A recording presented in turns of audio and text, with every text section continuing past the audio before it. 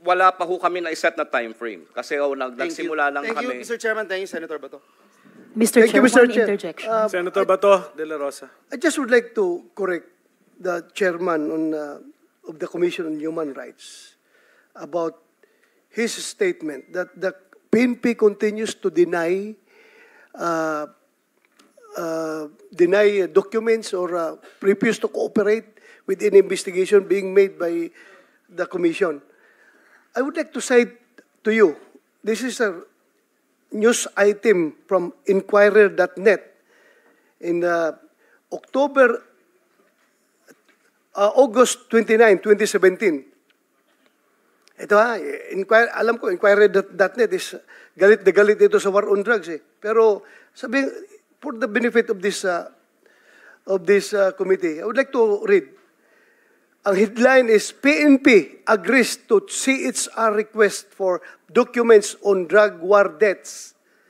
Philippine National Police Chief Director General Ronald Bato de la Rosa met with Commission on Human Rights Chairman Chito Gascon, the late Chito Gascon. May his soul rest in peace. On Tuesday at Camp Crame for a dialogue on human rights and the war on drugs.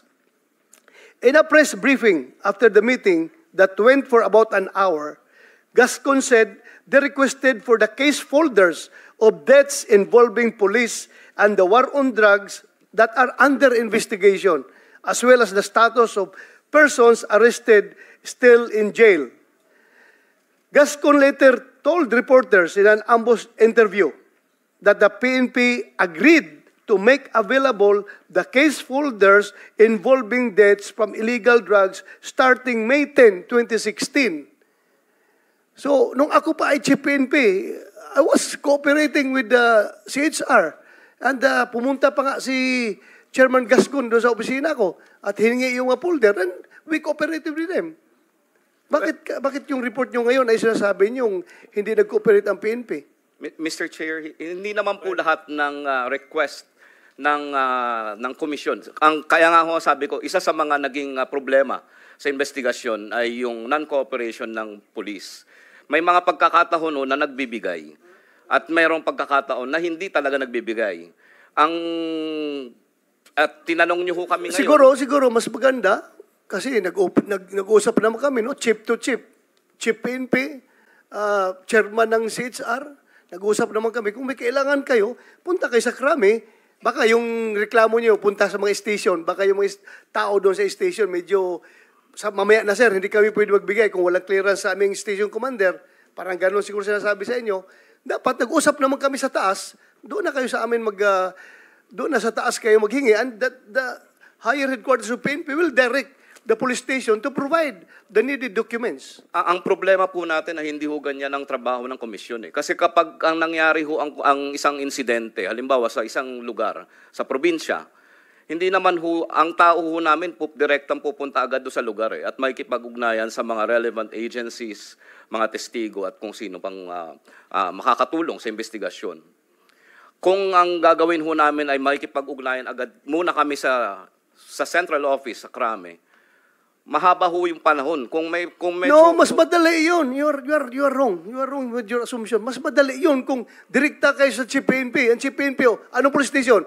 Iloilo City Police Station? Okay. Iloilo. Kailangan na si Sir yung report niyan. Mas mabilis yun. Kaysa kung direkta ka doon, tapos wala doon ang Chief of Police, sabihin ng officer on case.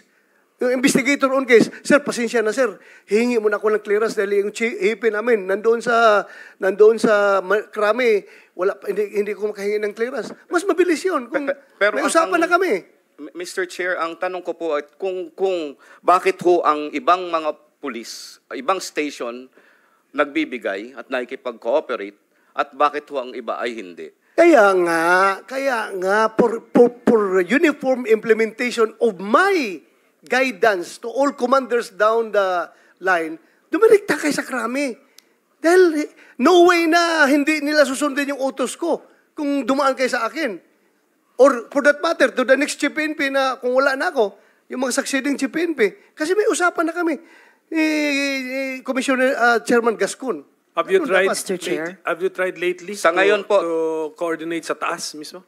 Chief Mr. PNP? Chair, yes, Mr. Chair, we wrote a letter to the Chief PNP, particularly pertaining to these cases, the killings in relation to the drug war.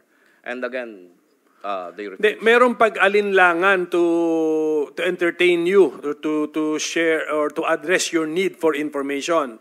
Ang masakit nung kung may nasa site silang basis not to cooperate with you, yan ba ang nangyayari sa ground? Ang ginagawa pong basis pa rin is yung EO2 under the list of exceptions. Ang FEO2 po ay EO2 was issued 2016. It pertains to freedom of information na pinasa ng Office of the President before.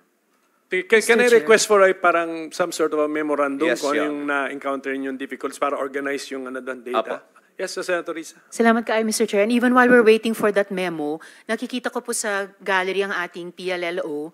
Baka pwede na pong, if the Chair allows, pwede na pong i-explore ng PLLO, ma-rescind, o kung yung, ano yung tamang term, ma-rescind ng OP, ang Executive Order 2, and kung pwedeng ma-inform ang komite ng CHR, ano naman yung sinasite na issuances ng PNP National Headquarters sa Krame na basis for any of the police stations refusing to cooperate para matanggal na rin ang agam-agam ng lahat, klaro sa lahat na at the level of PNP National Headquarters, at the level of OP, the way is clear, and in fact, better kung pwedeng i-authorize ng OP or i-authorize ng PNP National Headquarters yung full untrammeled cooperation sa CHR, Mr. Chair. Thank you. Basta kami, willing to act kami, but we want yung real life ground level ninyo, experience ng CHR. Okay. So, okay, Yes, next in line to ask questions. And Mr. Chair, Mr. President, yes. kunti lang, total. Go ahead. Paminsan-minsan lang to.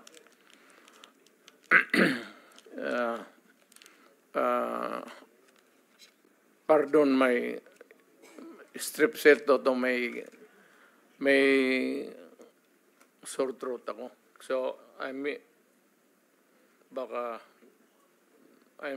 do not mean to be disrespectful. Go ahead, sir. Go ahead.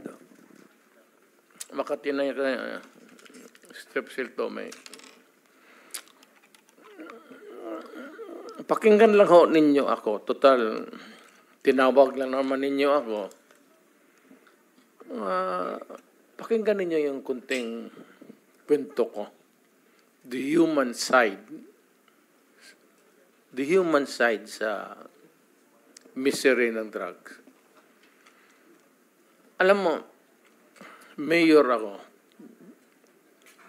Halos lahat ng problema ng alam mo, ikaw, alam mo rin, Mr. Chairman, alam mo yan. Yung may isang nanay pupunta ng Middle East. Yung iba, maswerte. Yung iba naman, malas. But usually, they are treated as slaves. Alam mo yung mga countries na yan, ang pagtingin kasi nila sa mga nagsilbi sa kanila, they are not even treated as servants. Almost